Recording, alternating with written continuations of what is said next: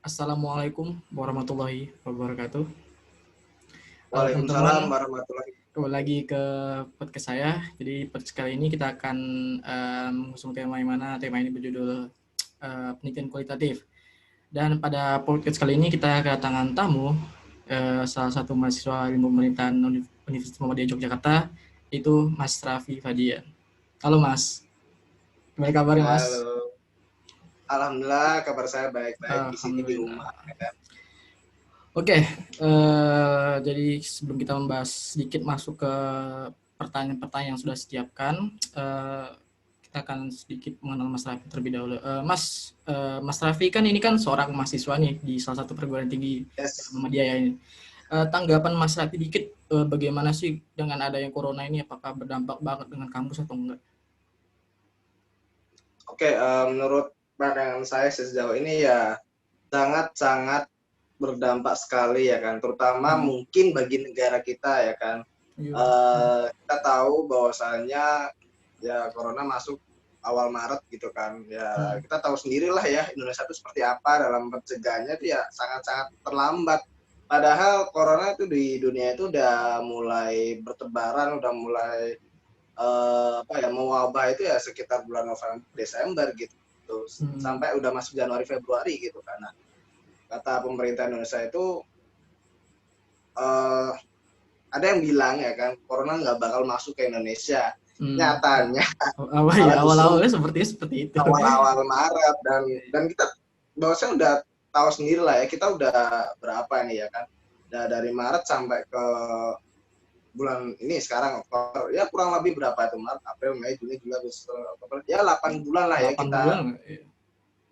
ya termasuknya lama banget gitu kan adanya corona ini ya sangat Hmm. berdampak sekali gitu mungkin dari segi perekonomian Indonesia terganggu aktivitas roda pekerjaan mungkin ya banyak yang terkena PHK segala macam jadi pengangguran dan pendapatan pun minim gitu kan Hmm. dan mungkin bagi saya mahasiswa ya terdampak juga karena ya harus kuliah online gitu kan yang mana menghabiskan kuota gitu ya walaupun ada kuota subsidi cuman feel feel apa ya Iya, feel belajar itu benar-benar. jadi agak kurang aja karena kita virtual nih kayak kita ini nih ya, masih podcastnya virtual ya kurang gimana ya kurang greget aja gitu bisa ketemu teman-teman dan lain sebagainya bisa bercengkrama sama dosen sama teman-teman yang lainnya ya gitulah suka dukanya ada gitu kan Iya, benar-benar.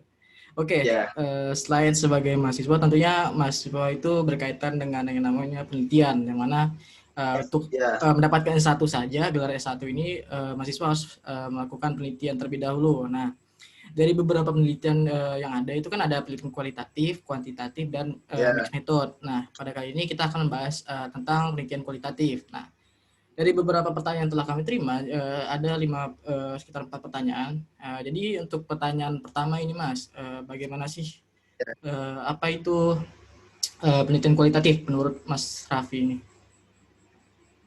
oke.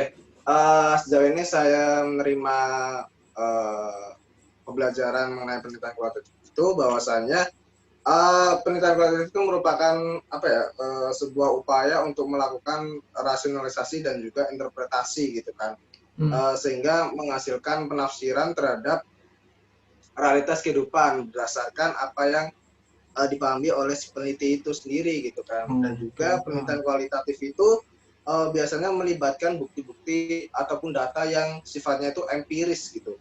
Nah, Hmm. bukti empiris itu mungkin Mas Dio pun juga sudah mengetahui bahwasanya uh, tidak harus bukti itu selalu wawancara dengan narasumber yang dilakukan secara tatap muka gitu kan. Nah, mungkin adanya pandemi ini gitu kan penelitian mungkin bisa digeser gitu kan Hmm. apa namanya beralih fungsi bahwasanya data empiris itu bisa kita ambil dalam jaringan misalkan Hmm. kan kita sudah di apa ya diberikan teknologi yang terkini gitu kan ya mungkin bisa via telepon ya kan bisa mungkin chat WhatsApp gitu Berarti atau segala ataupun mungkin media. platform ataupun mungkin platform-platform yang dulunya kita tidak tahu sekarang kita tahu ya kan tahun 2020 ini ternyata ada platform yang namanya Zoom Google Meet, Team dan lain sebagainya itu bisa dimanfaatkan sekali untuk penelitian gitu kan. Hmm. Itu Oke. mungkin sedikit Hmm. sedikit gambaran tentang penelitian kualitatif gitu kan. Oke, oke.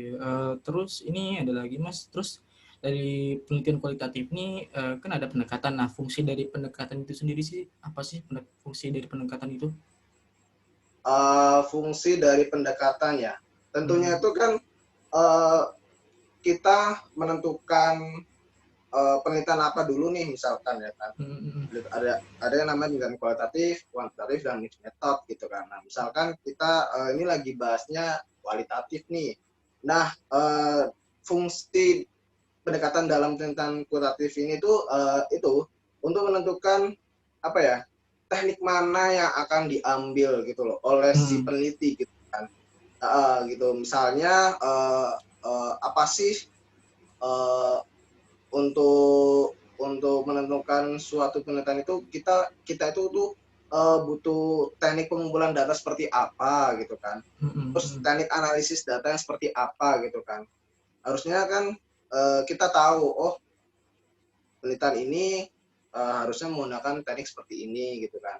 Oh penelitian itu mengharuskan teknik seperti yang ini gitu kan. Nah, menurut pemahaman saya fungsi dalam pendekatan kualitatif itu ya memudahkan si peneliti ini untuk mengambil suatu teknik ataupun metode pengumpulan analisis data itu sendiri gitu. Oke. Nah itu Hmm. kurang Hmm. lebihnya seperti itu gitu, secara intisarinya gitu, yang saya Hmm. pahami gitu. Oke, terus kan dari pendekatan ini ada beberapa pendekatan Mas, katanya ada 5.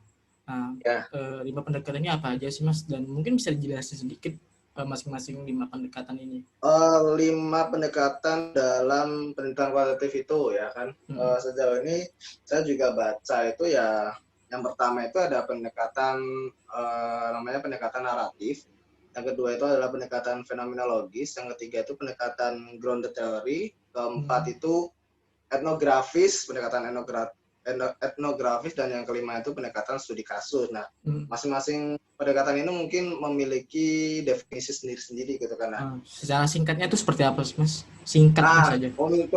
untuk pendekatan naratif itu tuh apa ya? Menjelaskan suatu rangkaian kejadian secara kronologis gitu. Jadi Hmm. si peneliti itu berusaha merangkai kejadian-kejadian apa yang dialami oleh si responden ataupun si narasumber gitu. Itu Hmm. secara singkatnya gitu untuk naratif. Nah, untuk fenomenologis itu tuh singkatnya itu penelitian jenis ini lebih menjelaskan ke apa ya? Uh, menjelaskan ke semua partisipan bahwasanya bagaimana sih mereka tuh mengalami sebuah fenomena gitu.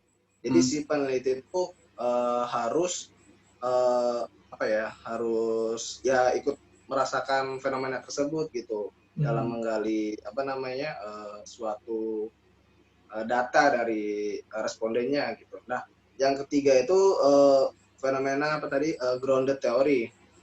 Nah, grounded teori ini tuh lebih gimana ya? Menurut saya tuh analisis ini tuh lebih menciptakan ke ini untuk menghasilkan teori-teori yang lebih baru lagi gitu kan, yang bisa diperbaharui gitu kan. Mungkin kedepannya nanti akan ada teori-teori baru yang dari penelitian yang kita dapatkan gitu, yang kita buat gitu. Hmm. Nah, untuk yang keempat ada Keempat. penelitian etnografis. Tentunya etnografis itu kita tahu bahwasannya pendekatan penelitian ini tuh tentang budayaan gitu, berbudaya gitu. Nah, jadi ini tuh menggambarkan semacam realitas budaya gitu. Jadi kita meneliti suatu kebudayaan apa gitu. Nah, kita bisa menggalinya lebih dalam menggunakan pendekatan etnografis gitu. Nah, yang terakhir itu adalah penelitian studi kasus. Nah, penelitian studi kasus itu lebih menekankan kepada sebuah kasus yang Oh, oke. mungkin lagi heboh ataupun yang terdahulu kita teliti gitu kan, kita Hmm. mendapatkan data-data yang empirik gitu kan. Nah, setelah itu kita akan menganalisis, oh kasusnya itu seperti ini gitu. mungkin kita bisa membandingkan dengan kasus-kasus yang serupa, namun yang masih apa ya, yang masih Masih sama sedikit mungkin dengan sama lah. tempo waktu yang berbeda mungkin. Ya, ya, betul. Oke. Itu kurang lebihnya dari definisi kelima pendekatan itu seperti itu, singkatnya. Oke. Terus dari kelima pendekatan ini lebih Mas Rafi lebih condong kemana sih fokusnya itu? Apakah melihat dari segi apanya atau gimana? Kalau saya itu ya, mungkin ya sejauh ini lebih prefer ke mendalami ke studi kasus maupun ke Ini fenomenologis gitu. ini perbedaan secara mencoloknya ya, perbedaan dari kelima Oh, pendekatan ini. perbedaan, sorry ya, perbedaan Ah, secara mencolok dari kelimanya gitu kan. Nah, ah, mungkin yang bisa saya share atau yang saya bagikan itu tuh dari kelima pendekatan yang sudah disampaikan barusan, itu tuh misalkan dari segi fokusnya dulu. Nah, untuk yang naratif itu fokusnya itu ya itu tadi menjelaskan kehidupan seseorang gitu. Jadi oke. si peneliti tuh ya berusaha menggali terus-menerus dari si responden untuk menghasilkan data-data yang diinginkan gitu. Nah, yang kedua itu tentang fenomenologis itu ya fokusnya itu memahami esensi dari pengalaman ataupun suatu fenomena yang terjadi gitu kan. Nah, yang ketiga itu tentang grounded theory, itu fokusnya itu mengembangkan teori yang didasarkan pada data lapangan gitu. Jadi kedepannya itu akan menghasilkan teori-teori yang lebih baru lagi yang bisa apa ya, yang bisa membantu mungkin dari pihak akademis ataupun dari mahasiswa-mahasiswi gitu kan. Nah, yang keempat itu tentang etnografi. Fotografi. Etnografi itu menggambarkan dan juga menafsirkan gitu kan kelompok orang-orang berbudaya gitu. Kurang lebihnya seperti itu. Nah, yang kelima itu dari studi kasus. Nah, studi kasus itu apa ya, mengembangkan penjelasan mengenai sebuah kasus-kasus yang mungkin sudah pernah terjadi dan kita berusaha menganalisis sedemikian rupa untuk ya menghasilkan suatu penelitian gitu kan. Nah, itu kurang lebihnya seperti itu gitu. Terus ada lagi mungkin dari bentuk pengumpulan datanya gitu. Untuk dari naratif itu menggunakan wawancara dan juga apa namanya dokumen, berupa dokumen. Mungkin dokumen-dokumen yang bisa kita ambil gitu kan, kita bisa teliti, kita bisa olah gitu. Terus yang kedua itu tentang fenomenologi itu berdasarkan wawancara ya kan dengan beberapa responden gitu. Itu juga didukung dengan dokumen-dokumen apabila dibutuhkan serta observasi ke lapangannya langsung gitu. Ini wawancara Fenomenologi secara langsung itu kan?